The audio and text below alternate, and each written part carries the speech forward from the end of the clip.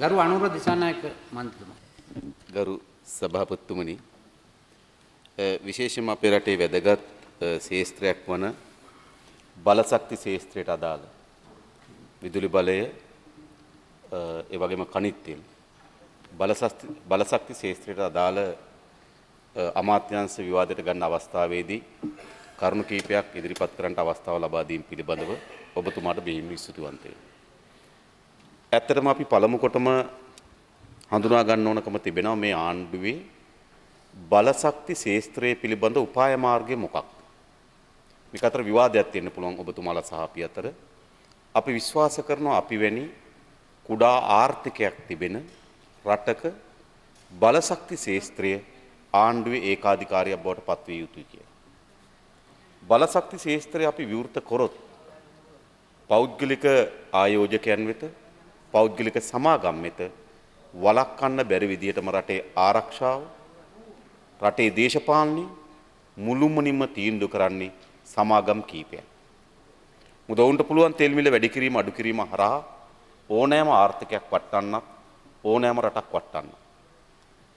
දැවැන්ත ආර්ථිකයක් හිමි නොවන රටක විශේෂයෙන්ම අපි වෙන කුඩා ආර්ථිකයක් තිබෙන රටක බලශක්ති ශේස්ත්‍රයේ ආරක්ෂාව රටේ ආරක්ෂාවට අතිශය වැදගත්. හැබැයි තමුන්නාන්සලා ඉදිරිපත් කළ තිබෙන අයවැය ලේඛනයේ බැලු විට මුළුමනින්ම පෙන්눔 කරන්නේ මේ බලශක්ති ශේස්ත්‍රයේ පිළිබඳ තමුන්නාන්සලාගේ උපාය මාර්ගය මොකක්ද කියලා. ඒක තමයි වැදගත් වෙන්නේ. තෙල් සංස්ථාවේ සිදුවීම් ගැන මම ඕනතරම් පාර්ලිමේන්තුවේ කතා කරලා තිබෙනවා. විදුලි බල මණ්ඩලය ඇති වී තිබෙන වංචා දූෂණය පිළිබඳව සාකච්ඡා කරලා තියෙනවා. ගැන ටිකක් අද කියන්න බලාපොරොත්තු වෙනවා. නමුත් ඊට වඩා වැදගත් බලශක්ති ශේස්ත්‍රයේ තමුන්නාන්සලාගේ උපාය මාර්ගය.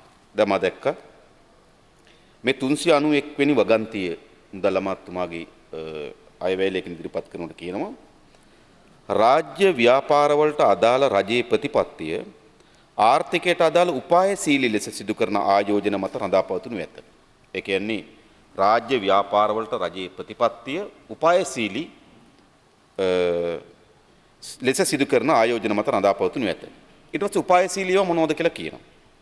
රජයේ ආයෝජන සංහිතියට රජයේ සතු ව්‍යාපාර විසින් පවත්වාගෙන යන සහ පාලනය කරනු ලබන විදුලි බල උත්පාදනය හා බෙදාහැරීම වරායන් ගුවන් තොටුපොළ ජල සැපයීම ආදී කරන වැදගත් උපායශීලී පොදු පාසුකම් පමණක් නොව හෝටල් ඒවා තමයි උපායශීලී ඒවා කියලා කියනවා. හරි. එතකොට උපායශීලීවල් ආණ්ඩුවේ පැවැත්මේ තියෙන්න ඕන කියලා කියනවා. හැබැයි යටවගන්තියේදී කියනවා මෙම රජයේ උපක්‍රමය ඒකපාර්ශ්වීය නොවේ. එක් අතකින් රජයේ උපායශීලී නොවනවත්කම් වලින් ඉවත් වීමට පසුබට නොවන අතර උපායශීලී නොවනවත්කම් වලින් ඉවත් වෙන්න පසුබට වෙන්නේ නැහැ. ඒක තමයි හෝටල් හරි ඔය හොස්පිටල් එක ගැන කියවෙන උපායශීලී නොවනවත්කම් වලින් ඉවත් වෙන්න පසුබට වෙන්නේ නැහැ. නොවන අතර වෙළඳපොළ අධීක්ෂණය කරමි. රටේ ආර්ථිකයේ ප්‍රතිපත්තියට අනුකූල වන්නේ නම් උපායශීලී දේශීය විදේශී වශයෙන් ආයෝජන කිරීමටද පසුබට කරන්නේ නැහැ. ඒ කියන්නේ මොකද්ද? උපායශීලී වත්කම් වල පවා එතකොට ඒකට ඇතුළත් විදුලි බල කනිත් තෙල් ශේස්ත්‍ර පවා විවෘත කරන්න සූදානම්. එතකොට තමුන්නාන්සේලාගේ බලශක්ති ශේස්ත්‍රය පිළිබඳව ප්‍රතිපත්තිය බවට පත් වෙලා තිබෙන්නේ එය රාජ්‍ය සතුව තිබෙන දේ පෞද්ගලික අංශයට විවෘත කිරීම සඳහා ඌ දැක්ම තමයි අයවැය ලේඛනෙන් ඉදිරිපත් කළා තිබෙන්නේ. ඔය සිංහල තමයි කියන්නේ මුදල් ඇමතුමාට වඩා මට සිංහල තේරෙනවා කියලා මම හිතනවා. හරිද? නෑ එතුමම කියනවා උපාය නෑ ඔබ තේරුම් ගන්න. උපායශීලී නොවනවත්කම් තියෙනවා උපායශීලී වත්කම් තියෙනවා. ඔහු කියන උපායශීලී වත්කම් කියලා ඔහුම මේ අයවැය ලේඛනේ කියවන්න මම හිතන්නේ කැබිනට් මල්ලේට වැඩි යන්නේ නැහැ වගේ. හරිද? කියවන්න පොඩ්ඩක්. උපායශීලී නෑ. එහෙම කරන්නේ නැහැ නේද ඉසුරියා දන්නවනේ. හිතන දේවල් කරේ කවුද කියන මගෙන් අහගන්න එපා. මම දන්නවා හිතන දේවල් කරන්න ගියේ කවුද කියන්නේ. ඒවා ඒ සබ්ජෙක්ට් එකට එන්න එපා. මම ඉතා හොඳින් මම උපුටා දක්වන්නේ මේ අයවැය ලේඛනේ තියෙන වගන්ති. මේ වගන්ති ඉතා පැහැදිලි උපායශීලී වත්කම් තියෙනවා ආණ්ඩුව සතුව උපායශීලී නොවන වත්කම් තිබෙනවා. උපායශීලී නොවන වත්කම් වලින් ඉතා ඉක්මනින්ම පසුබට වෙන්නේ නැහැ ඉවත් වෙන්න. හැබැයි උපායශීලී වත්කම් වලින් පවා අපි ඉවත් වෙන සූදානම් කියන එක තමයි මේක ඇතුළත් කරලා තිබෙන්නේ. ඒ විතරක් නෙවෙයි වගන්තියකට සීමා වෙන්නේ නැහැ. ඒක මේ යෝජනා තුලම අඩංගු කරනවා. මයිකෙන් එක කියන්න. තමුන්නාන්සලා කියනවා මෙහෙම ලංකා කනිත් තෙල් නීතිගත සංස්ථාව තවත් ආයෝජකයන් සමග සමාගමක් ආරම්භ කිරීමට කටයුතු කරන අතර එමගින් ත්‍රිකුණාමලයේ පිහිටි දැනට ඌණු උපයෝජිත තෙල් ටැංකි කළමනාකරණය කිරීමට කටයුතු කරන ලැබේ. ත්‍රිකුණාමල තෙල් ටැංකි පිළිබඳව වෙනම කියන්න. නමුත් මේකට අදාළව ත්‍රිකුණාමලයේ පිහිටවා තිබෙන මෙට්‍රික් ටන් 10000ට අධික තෙල් ටැංකි 100කට ආසන්න ප්‍රමාණයක් තිබෙනවා. 100ක 103ක් තිබුණා 100ක් දැන් ක්‍රියාත්මක වෙනවා. එතකොට ඒ 100 පවර්ලා තියෙන කතාව මම පස්සේ කියන්න. නමුත් ඒ 100ක් තමුන්වහන්සේලා උපයෝග කරගන්නේ කොහොමද කියලා මේ අයවැලේ කෙනෙක් කියනවා. ඊළඟ කියනවා මෙහිම. නොරොච්චෝලේ ගල්ලංගුරු බලාගාරයේ සුරකම් කරණය සඳහා විශේෂ කාර්ය ඒකකයක් පිහිටුමට යෝජනා කරනවා. දැන් නොරොච්චෝලේ බලාගාරයේ තියෙන විදුලි බල මණ්ඩලය සතු විදුලි බල මණ්ඩලයේ ඉංජිනේරුවන් විසින් තමයි නොරොච්චෝලේ බලාගාරය මෙහුන් ලබන්නේ. හැබැයි මෙතුමා කියනවා මොකද්ද? ඒකටත් වෙනම විශේෂ කාර්ය ඒකකයක් හදනවා කියලා. අර උපායශීලී නොවන වත්කම් වලින් ඉවත් වීම සඳහා දරන ප්‍රයත්නය. එතනින් අතර වෙන්නේ නැහැ. 1198 වෙනි වගන්තියට ගියොත් 198 වෙනි වගන්තිය කියනවා මෙහෙම. ඇමරිකානු ඩොලර් බිලියන 2කට වඩා ආයෝජන ලැබිය හැකි විශේෂ ක්ෂේත්‍ර ලෙස පහත දැක්වන ක්ෂේත්‍රයන් අපි විසින් හඳුනාගෙන තිබෙනවා. ආයෝජනයන් කැඳවා ගැනීම සඳහා ක්ෂේත්‍රයන් ගණනාවක් හඳුනාගෙන තිබෙනවා. ඒ ක්ෂේත්‍රයන් අතර 1 තෙල් පිරිපහදුව 2 පුනර්ජනීය බලශක්තිය. ඒතර ඒකෙනිත් කියන්නේ මොකද්ද? බලශක්ති ක්ෂේත්‍රය සඳහා අපි ආයෝජනයන් කැඳවන්න සූදානම් විදේශීය. එතකොට ඒක. එතනින් අතර වෙන්නේ නැහැ. අපි දන්නවා අපේ රටේ තාර ගෙන්වීමේ ඒකාධිකාරිය තිබෙන්නේ තෙල් සංස්ථාව සතු. පෞගේ කාලේ යම් ප්‍රමාණයක් මාර්ග සංවර්ධන අධිකාරියට පවරලා දීලා තිබුණා. ඒක මුළුමනින්ම වැරදි ක්‍රියාමාර්ගයක්. මාර්ග සංවර්ධන අධිකාරියෙන් තෙල් තාර ගෙනලා තිබුණා. හැබැයි මේක ඉතා පැහැදිලිව කියනවා තෙල් සංස්ථාව සතු තිබෙන තාරයේ ගෙන්වීමේ ඒකාධිකාරිය බිඳලා පෞද්ගලික සමාගම් වෙත ලබා දෙන සූදානම් කියලා. ඒ නිසා මේ උපායශීලී වත්කම් වලින් ඉවත් වෙනවා කියලා වගන්තිය පමණක් නෙවෙයි ඒ ඉවත් වීම සඳහා අවශ්‍ය වෙන ක්‍රියාමාර්ගත් මෙම අයවැලේකනේ අඩංගු කොට තිබෙනවා. ඒ නිසා තමුන්වහන්සේලාගේ මූලික ප්‍රතිපත්තිය බවට පත් වී තිබෙන්නේ බලශක්ති ශාස්ත්‍රයේ තිබෙන රාජ්‍යයේ පැවැත්ම මුළුමනින්ම රාජ්‍යයෙන් අනෙක් පසට අත්තර දැමීම සඳහා දරන ප්‍රයත්නයක් මේක තිබෙනවා. ඒ නිසා ආණ්ඩුවේ බලශක්ති ශාස්ත්‍රය පිළිබඳ උපාය මාර්ගික සැලැස්මට කිසිසේත්ම එකඟ නොවිය යුතුයි. ඇයි මම මෙහෙම කියන්නේ? දැන් අපිට තියෙන අත්දැකීම් මොනවද? දැන් 2003 වසරේදී ත්‍රිකෝණමලේ පිහිටි තෙල් ටැංකි ටික ඉන්දියානු සමාගමකට ලබා දෙන්න ලැබුවා. හැබැයි දැන් ක්‍රියාත්මක වෙන්නේ කීයද?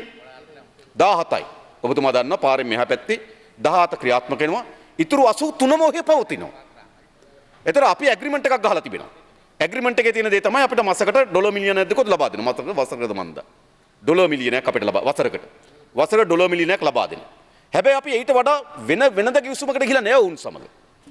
ඒ නිසා මේ තෙල් ටැංකි සංකීර්ණ නැවත තෙල් සංස්ථාවට පවරාගත හැකි තිබෙනවා. හැබැයි ඊටමත් මේ තෙල් ටැංකි සංකීර්ණ ආරම්භ කරේ දෙවන ලෝක යුද්ධ කාලයේදී මේ ආසියාවේ කලාපයට තෙල් අවශ්‍යතාවයක් මතුවුණොත් ඒ සඳහා දැවැන්ත ආයෝජනයක් ඇති කළා තමයි සුදු ආණ්ඩු කාලේ මේ තෙල් ටැංකි ව්‍යාපෘති ආරම්භ කරේ. ඒත් අපේ රටේ දැවැන්ත සම්පතක් මෙට්‍රික් ටන් 10 ටැංකි 100කට වඩා අධික ප්‍රමාණයක් තිබෙනවා. අද 17යි IOC ක්‍රියාත්මක කරන්නේ. ඉතුරු 83ම ඇග්‍රීමන්ට් එකක් ගාලා වහලා දාලා තියෙනවා. ඇයි අපි ඒක ඒගොල්ලන්ගේ අතර විවෘත කිරීමේ ප්‍රතිඵල අද අපි තෙල් ටැංකි නිකන් ඔහේ දි รา පත් වෙමින් ඇති වී තිබෙන තත්ත්වයට මතුවලා තිබෙනවා. ඒ විතරක් නෙවෙයි තමුන්වහන්සේලා දැන් තෙල් මිල ප්‍රශ්න මම කියන්නම්. මේකෙන් තේරුම් ගන්න පුළුවන් ඇති වෙලා තියෙන තත්ත්වය කොහොමද කියලා. මේ පෞද්ගලීකරණයෙන් ජනතාවට හිතකර තත්ත්වයක් ඇති වුණේ. මම ආසන්න වශයෙන් ගත්තොත් ගිය අවුරුද්දේ අගෝස්තු මාසයේ ඩීසල් බැරලයක් අපි පිරිසිදු කරපු ඩීසල් ගෙනාවා නම් ඩීසල් බැරල් එකක් උනේ ඩොලර් 109. ඩොලර් 109 ඩීසල් බැරල් එක. අද මේ දෙසැම්බර් මාස වෙනකොට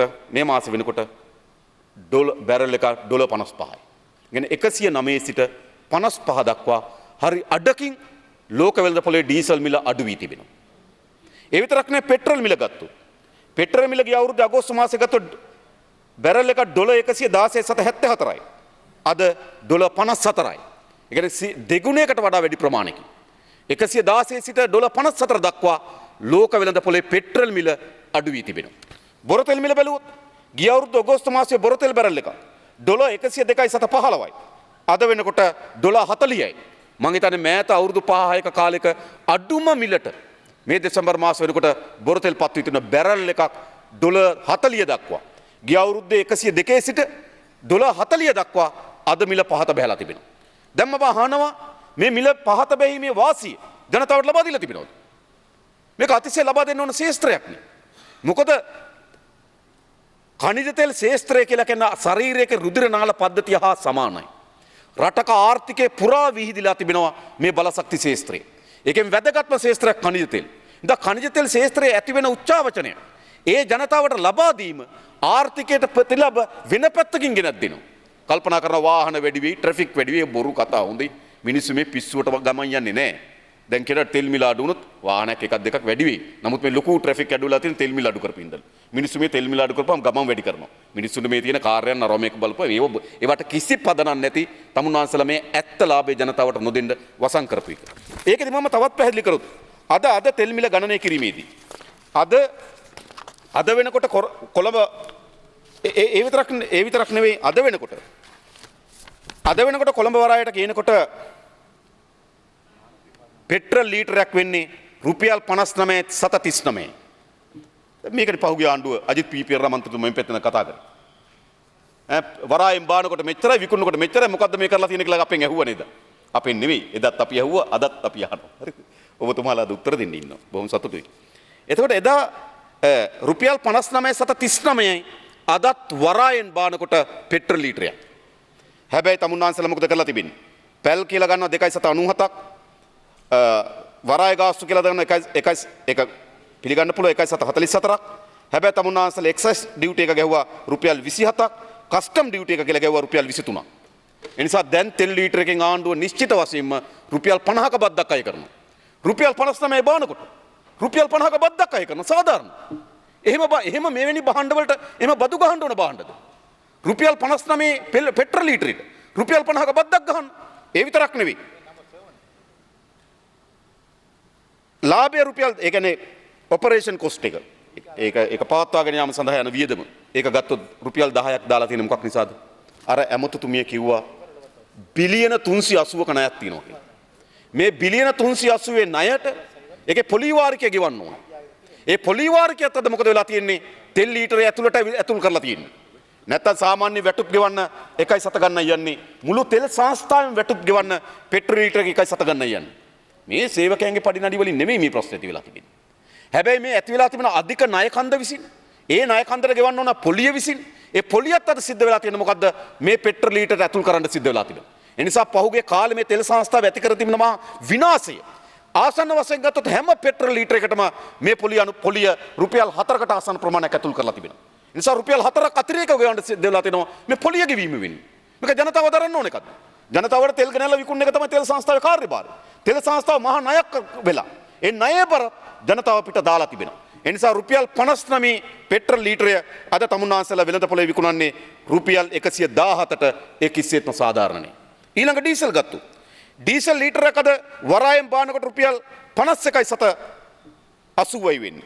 පැල් එක ගැහුවොත් 2.59ක්, වරාය ගාස්තු දැම්මොත් 1.43ක්, එක්සයිස් ඩියුටි එක රුපියල් 3ක් දැම්මොත් ඒක එක්සයිස් ඩියුටි එක රුපියල් 3යි, කස්ටම් ඩියුටි එක රුපියල් 13යි. ඩීසල් ලීටරකින් තමුන්වන්සලා රුපියල් 16ක ලාභයක් ලබනවා. හැබැයි රුපියල් 16ක ලාභයක් ලබලා රුපියල් 71යි තෙල් ලීටරයක් වෙන්නේ. ඩීසල් ලීටරයක් වෙන්නේ. අපි ඔපරේෂන් කොස්ට් එක රුපියල් 8ක් දැම්මොත් අර ණයත් එකතු කරලා එතකොටත් වෙන්නේ රුපියල් 79යි.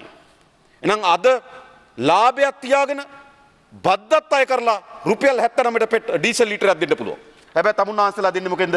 රුපියල් 16ක් වැඩි රුපියල් 95ට. ඒ නිසා ඩීසල් ලීටරෙන් අතිරේක ලාභයක් රුපියල් 16ක ලබනවා. හැබැයි 16ක ලබන්නේ තෙල් සංස්ථාව විතරද? තෙල් සංස්ථාව විතරක් නෙමෙයි මේ ලාභය ලබන්නේ. තමුන්වන්සලා දන්නවා ආසන්න වශයෙන් ගත්තොත් IOC එක. IOC එක ලංකා ඔටෝ ඩීසල් ගත්තාම විකුණලා තියෙනවා ඒ කියන්නේ කිලෝ ලීටර් 19925. කිලෝ ලීටර් 19925 කියන්නේ ආසන්න වශයෙන් ගත්තොත් ඩීසල් විකුණනවා මාසකට ලීටර මිලියන 20ක් IOC එක. හැබැයි මේ රුපියල් 16 ඔවුන්ගේ ලාභයට අමතරව අතිරේක ලාභයක් IOC එක ලබනවා රුපියල් 16ක්. නිසා හැම මාසෙකම රුපියල් 16ක අතිරේක ලාභයක් තෙල් සංස්ථාව ඩීසල් විසින් ඩීසල් ලීටරයට තබා ගැනීම හේතු වෙයි. මොකද සාමාන්‍යයෙන් ගත්තොත් අපේ රටේ තෙල් වෙළඳ පොලෙන් 3 එකක් අද IOC එක අත්පත් කරන් තිබෙනවා. 3 එකට 30කට ආසන්න ප්‍රමාණයක් IOC එක අතේ තිබෙනවා. එතන මොකද වෙලා තිබෙන්නේ? රුපියල් 16ක් ඩීසල් ලීටරයක IOC එක ලබනවා. නම් මාසයකට IOC එක Tamanට නියමිත ලාභයට අමතරව ලීටර මිලියන 20යි කියන්නේ මිලියන 20 ඒවා 16ක්. ඒ කියන්නේ ආසන වශයෙන් ගත්තොත් මිලියන 320ක් ලාභ ලබනවා මාසෙකට. ඒ කියන්නේ දවසකට ආසන වශයෙන් ගත්තොත් රුපියල් මිලියන 10ක ලාභයක් ලබනවා IOC එක මේ අයත තෙල් සූත්‍රය නිසා. නිසා එක්ක මේක අඩු කරලා දෙන්න ඕන ජනතාවට. රුපියල් 16 අඩු කරලා ජනතාවට දෙන්න ඕන. හැබැයි 17 දීලා තියෙන කාටද? IOC සමාගමට. මා දන්නේ IOC සමාගමේ ලාභය කාකා අතරද හරියට බෙදෙන්න කියලා. එක ඉතිහාසයක් බෙදිච්ච ඉතිහාසෙ මම දන්නවා. මම දන්නේ වර්තමාන ඉතිහාසෙ මොකද්ද කියලා. මේ අතිරේකව ලබන 16 ජනතාවට එක්ක අඩු කරලා දෙන්න ඕන. හැබැයි තමුන්නාන්සේලා එක දීලා තියෙන්නේ IOC සමාගමට. එහෙම නැත්නම් අඩුම තරමේ මම මේක යෝජනා කරනව නෙවෙයි. රුපියල් 16ක බද්දක් ගාලා ආණ්ඩුවට ගන්න. එහෙම නැත්නම් කරන්න. ඩීසල් වල රුපියල් 16ක බද්දක් ගාව ඒක ආණ්ඩුවට ගන්න. ඒ 16ක අතරේක බද්දක් IOC එකට ලබා දීලා තිබෙනවා. ඒ නිසා මේ පෞද්ගලීකරණය කිරීමේ ප්‍රතිඵල ඇති වී තිබෙන අයථා ලෙස ගනුදෙනු කරන්න. අයථා ලෙස මුදල් උපය ගන්න. ඒ විතරක් නෙවෙයි CPSTL ආයතනය. තමුන්නාන්සලා දන්නා CPSTL ආයතනයේ තුනෙන් එකක් කොටස් තිබෙන IOC සතු. දැන් මොකද්ද වෙලා තිබෙන්නේ? CPSTL ආයතනයට අලුතෙන්ම අහනවා නවීකරණය කිරීම සඳහා කොච්චර මුදලක් වෙන් කරලා තිබෙනවද? නෑ අපිට ආරම්භයේදී ඩොලර් මිලියන 35ක්ද කොහෙද දුන්නා? මට මතකයි 35යි. කරු ජයසූරිය අපේ කතානායකතුමා අමාත්‍ය ධූරධර්ණ කාලේ ඩොලර් මිලියන 35ක් දීලා CPSTL එකෙන් තුනෙන් පංගුවක් අත්පත් කරගත්තා. ඩොලර් මිලියන 35න් පස්සේ අද හැම මාසෙකම ඒගොල්ලන්ට ලාභයක් යනවා. තෙල් පර්යාන්තයේ ලබන තෙල් ගබඩා පර්යාන්තයේ ලබන ලාභයෙන් තුනෙන් එකක් හැම මාසෙම මම දන්නේ මාසපතා ගෙවනවද කියලා CPSTL එකෙන් යනවා IOC එකට. මේ අපි සතුටේ මොකද IOC කරපු ආයෝජනේ? තෙල් ටැංකිය අපේ, භූමිය අපේ, කළමනාකරණ අපි සතුව තිබුණා. මේ සියල්ල අපි සතුව තිබලා ඒකෙන් තුනෙන් එකක් අපි වික්කා IOC එකට. IOC අලුතෙන් ගෙනල්ලා ටැංකිය හැදුවේ නැහැ. අලුතෙන් ගෙනල්ලා භූමිය සංවර්ධනය කරේ නැහැ. අලුතෙන් කළමනාකරණයක් ගෙනාවේ නැහැ. අපේ සතුව තිබුණු දේ තුනෙන් එකක් IOC එකට දීලා දැන් මාස්පතා අපි මොකද කරමින් තිබෙන්නේ? IOC එකට ලාභ ලබන තත්ත්වයක් ඇති කරලා දීලා තිබෙනවා. ඒ නිසා මේ බලශක්ති ක්ෂේත්‍රයේ පෞද්ගලීකරණය කිරීමේ ප්‍රතිවිපාක ඕනෑවටත් වඩා අත්විඳිමින් තිබෙන පාලනයක් අද අපිට උරුම වෙලා තිබෙනවා. ඊළඟම තමුන්වහන්සේගේ ඒ නිසා විශේෂයෙන්ම මේ තෙල් මිල වැඩිවීම පිළිබඳව ජනතාවට මේ අසීමිත බරක් තමුන්වහන්සේලා පටවලා තිබෙනවා. තමුන්වහන්සේලාට කියන්න පුළුවන් අපි ඩීසල් මේ ගාන ඉඳන් මේ ගානට අඩු කරා කියලා. ඒක හපංකමක් නෙවෙයි. මොකද අපේ රටේ අපි නිෂ්පාදනය කරන්නේ නැත්නම් අපි පිට රටින් මිලදී ගන්නේ. මිලදී තමුන්වහන්සේලාගේ කාර්යභාරය මොකද්ද? එහෙන් තෙල් අරගෙන මෙහෙම විකුණන එක. හැබැයි තමුන්වහන්සේලා කළු කඩ මුදලාල්ල වගේ. එහෙන් තෙල් අරගෙන මෙහෙම විකුණනකොට අතිරේක ගානක් ගහ ගන්නවා. මේක ආණ්ඩුවක්ද එතකොට? මේ කළු කඩ මුදලාලි කෙනෙක් මේ වගේ බිස්නස් කරන්නේ. එහෙන් තෙල් අරගෙන මෙහෙම විකුණනකොට ආණ්ඩුව බද්දක් ගන්න. හැබැයි අතිරේක ලාභ ලබා ගන්න උත්සාහ කරන්න එපා. ඒ නිසා මේ සහනය ජනතාවට ලබා දෙන්න ඕන. දින 100 ගානක් අඩු කරා, අතරමැදින් ගානක් අඩු කරා කියලා මේක අහංගන්න බෑ. මොකද තමුන්වහන්සේලා අද දෙන්නේ ලෝක වෙළඳ පොලේ තෙල් මිලට අනුරූපී වන ගන්නට නෙවෙයි. මා මේ කිව්වේ ඩීසල් සහ පෙට්‍රල් පිරිසුදු කරලා ගෙනාවට පස්සේ. හැබැයි බොරතෙල් ගෙනලා පිරිපහදු කරොත් බොරතෙල් ගෙනලා පිරිපහදු කරොත් ඊටත් වඩා ලාභයක් තිබෙනවා. ඉතින් පිරිපහදු කරන තෙල් වලින් ඩීසල් ලීටර එකේ මේටත් වඩා වැඩි ලාභයක් තමුන්වහන්සේලා ගන්නවා. ඒ නිසා තෙල් සංස්ථාව කියන්නේ කළු කඩයක් වෙන්න එපා. ඒවා ඔය හිටපු ගම පිටකොටේ තොග මුදලාල්ලා ඉන්න බාල පරිප්පු ගෙනල්ලා තව පරිප්පුල කලවම් කරලා විකුණනවා. තව ඉන්නවා පිටකොටේ මුදලාල්ලා බාල හාල් මැස්සන් වල කැඩිච්ච හාල් මැස්සන් වල කලවම් කරලා විකුණනවා. හැබැයි තමුන්වහන්සේලාට අපි කියන්නේ තෙල් සංස්ථාව කියන්නේ රාජ්‍ය කාර්යභාරයක්. එය පැවරලා තිබෙන්නේ ජනතාවගේ රටේ ආර්ථිකයත් ජනතාවගේ සේවාවත් සැපයීම වෙනුවෙන්. හැබැයි ඒක කළු ආර්ථිකයක් දක්වා තල්ලු වෙලා තිබෙන්නේ ඇයි? ඒ නිසා ඒ පිළිබඳ තමුන්වහන්සේලා අවධානය විශේෂයෙන් යොමු කරනවා. මේ තෙල් මිල අඩුවීමේ වාසිය ජනතාවට ලබා දෙන්න. ඊළඟ එක ගරු නියෝජ්‍ය ඇමතුමිට ස්තුතිවන්ත වෙනවා. විශේෂයෙන් මෙතුමගේ කතාවේදී අද තෙල් සංස්ථාව පත් වී තිබෙන තත්ත්වය පිළිබඳව ඉතා හොඳින් පැහැදිලි කිරීමක් කරා. එහෙම කරනකොට මට හිතෙනවා වසරක් පාසා ආණ්ඩු මාරු වෙනවා නම් ඇත්ත කතාව දැනගන්න පුළුවන්. ඉතින් මම බලාපොරොත්තු වෙනවා ඊළඟ අවුරුද්දෙත් ඇත්ත තත්ත්වය කියයි කියලා. අපේ රටේ සිද්ධ වෙන නෑ මම දැකලා තියෙන අත්දැකීම මේ පාර්ලිමේන්තුව අවුරුදු 15ක්නේ. මම දැකපු අත්දැකීම තමයි ආණ්ඩුවක් මාරු වෙනකොටම ඇමතිවරුන්ගේ සාකච්ඡාව තමයි ආණ්ඩුවක් මාරු වෙලා කරන කතාව. තිත්ත වුණත් ඇත්ත කියන්න ඕන. ඇති වෙලා තියෙන තත්ත්වය මේකයි. අපි මේවා හංගන්න ඕනේ. මේවා ජනතාවට එලිදරව් කරන්න ඕන. මේවා ජනතාවට කියන්න ඕන. ඇත්ත විනාශය ජනතාවට කිව්වොත් විතරයි මේක ගොඩ ගන්න පුළුවන්. ඉතින් මේක හැම ආණ්ඩුවක් මාරු වෙන ක්‍රියාව කතාවනේ. සියඹලා පිට එමුතුමා එකඟයි නේද? ඔහොමනේ කිව්වේ හැමදාම. ආණ්ඩුවක් මාරු වුණට ඇවිල්ලා තිත්ත වුණත් ඇත්ත කියන්න ඕන කියලා. ඉතින් මෙතුමිය අපි ස්තුතිවන්ත වෙනවා. තෙල් සංස්ථාවේ ඇත්ත තත්ත්වය පිළිබඳව. ඒ බිලියන 300කට අධික ණය මුදලක් තියෙනවා. මම දන්නේ කොහොමද එහෙම? මම හිතන්නේ ලංකාවේ වැඩිම ණයකරුවා බවට පත් වෙලා තියෙන තෙල් සංස්ථාව වෙනවා. බිලියන 300. ඒ විතරක් නෙවෙයි කල්පනා කරලා බලන්න. මේ බිලියන 300 යන්න තියෙන්නේ කොහාටද? මේ මහජන බැංකුව ලංකා බැංකුව හරහා රටේ වෙනත් පෞද්ගලික ශේෂ්ත්‍රයේ ව්‍යාපාර වලට ආයෝජනය කරන්න තියෙන සල්ලි. මොකද ජනතාවගේ සල්ලි තියෙනවා තැන තැන බැංකු කරන දේ තමයි ඒ සල්ලි ටික තැන්පත් කරලා බැංකුව ඒ සල්ලි ටික අරගෙන ඒ සල්ලි ටික ව්‍යාපාරිකයෙකුට දෙන එක්ක කඩයක් දාන්න එක්ක කර්මාන්තශාලාවක් ආරම්භ කරන්න මේ රටේ සංසරණය වෙන්න තියෙන මුදල්. රටේ මුදල් සංසරණය වුණාම තමයි ඒක ආර්ථිකයට වර්ධනය වීමට හිතකර වෙන්නේ. රට ඇතුලේ මුදල් සංසරණය වෙන්නේ. ඒ මුදල් ගලාගෙන යන ජනතාව ගාවට. හැබැයි බැංකු සතුව තිබෙන ජනතාව ගාවට ගලා යා යුතු මුදල් බැංකු සතුව තිබෙන ආයෝජනයන්ට පෞද්ගලික අංශයේ ව්‍යාපාරිකයන්ට ලබා දිය යුතු මුදල් මොකද සිද්ධ වෙලා තිබෙන්නේ? $1 බිලියන 300 රුපියල් බිලියන 300කට ආසන්න මුදල් ප්‍රමාණයක් රාජ්‍ය බැංකු වලින් සිද්ධ වෙලා තිබෙනවා නම් තෙල් සංස්ථාවක් නඩත්තු කරන්න ගෙවන්න. ඒතකොට බැංකු වල එකම කාර්ය බෝට මං හිතන්නේ කල්පනා හොයලා බලන්න ඕන සිද්ධ වෙලා තිබෙන දේ තමයි තෙල් සංස්ථාව නඩත්තු කරන්නේ. සාධාරණ දෙයක්. බැංකු වල තියෙන මූලධර්මයෙන් පැත්තක දාලා තියෙන්නේ. බැංකුවක කාර්යභාරය රාජ්‍ය ආයතනයක් නඩත්තු කිරීම නෙවෙයි. හැබැයි අද ඇති වී තිබෙන තත්ත්වය තමයි අවසානයේදී රාජ්‍ය ආයතනයක් නඩත්තු කිරීම බැංකුවක කාර්යභාරය බවට පත් වී තිබෙනවා. මේක තවදුරටත් වර්ධන වුණොත් වළක්වන්න බැරි විදිහට අපේ රටේ මහජන බැංකුව සහ ලංකා බැංකුව අනතුරුදායක තත්ත්වයට පත් වීම වළක්වන්න බෑ. ඒ කොහෙන්ද ගෙවන්නේ? දැන් තමුන්වහන්සේලා ගන්න තියෙන රුපියල් බිලියන 20යිනේ. ඔය නාවික හමුදාව ගුවන් හමුදාව මම ඔබතුමිය අහගෙන හිටියා මම කීප විදිහට ඔබතුමිය කිව්වේ මිලියන 20000ක් විතර කියලා. ඒ කියන්නේ බිලියන 20යි ගන්න තියෙන්නේ. හැබැයි 300ක් ණය තියෙනවා. ඉතින් කල්පනා කරලා බලන්න. එතකොට දැන් අපි එක පැත්තකින් කියනවා මේවා රාජ්‍ය ආයතන රාජ්‍ය සතුව තියාගෙන මේ ආයතන කළමනාකරණය කරන්න කියන එක තමයි අපේ ප්‍රතිපත්තිය. හැබැයි මෙහෙම දකින්නකොට මේවා රාජ්‍යයට දෙන්න ඕනද කියලා හිතෙනවා. ඒ කියන්නේ තෙල් කියන්නේ නරක වෙන ඒවා නෙවෙයි කරු සභාපතිතුමනි. නරක වෙලා අපතේ ගිහිල්ලා කල්ලිකුත් වෙලා එහෙම මුකුත් නැහැ. ඉල්ලුම අඩු වෙලා එහෙම මොකවත් නැහැ. නේද? තෙල් කියන්නේ සාමාන්‍යයෙන් වෙළඳ පොලේ ඕනෑම මොහොතක විකිනෙන ඕනෑම මොහොතක අලෙවි කරන්න පුළුවන් භාණ්ඩයක්. ඒතර ඒ භාණ්ඩේ ගනුදෙනු කරන ආයතන බිලියන 300ක් දක්වන ණයකරුව බවට පත් වෙලා තිබෙනවා. මොකද්ද මේ කළමනාකරණ? ඒ නිසා අපි පළමුවෙන්ම කියනවා මේ රාජ්‍ය සතුව මේවා තියා ගන්නවා වගේම ඊළඟ වැදගත් කාර්යභාරය තමයි මේ වගේ තිබෙන දේශපාලන මැදිහත් වීම ඉවත් කරන්න ඕන. ඔව්. ණය සම්බන්ධව මෙහෙම ප්‍රශ්නකුත් තියෙනවා. සානාධාරය ලබා නොදීම ඩීසල් මිල අඩු කරලා විදුලි බල මණ්ඩලයට තෙල් විදුලි හදන දීම ඔක්කොම පැත්තකින් තිබ්බත් අපේ ස්ටොක් එකක් තියෙනවා ඔය බිලියන 380ටම නෙමෙයි හැබැයි යම් ප්‍රමාණයකට ඒ වගේම දැන් විදුලි බල මණ්ඩලයට අපෙන් ඇනවුම් කරනවා කළු තෙල් කියලා ඇනවුම් කළා දැන් සමහර අවස්ථා තියෙනවා ඇනවුම් කළා අවුරුදු 2ක් යනකම් ගන්නේ නැහැ. හරි මම දන්නවා මේක නෑ මම කියන්නේ අපර කරන්න දෙයක්වත් නැහැ. අපි ඒවා ගරු මන්තුමා අපි ඉදිරියේදී මේ සම්බන්ධව අපි ක්‍රමවේදයන් සකස් කරන්න දැන් ආරම්භ කරලා තියෙනවා. ඒකට ප්‍රශ්නේ තියෙන්නේ ගබඩා කරන්න සල්ලි යනවා, තියන් ඉන්න සල්ලි යනවා.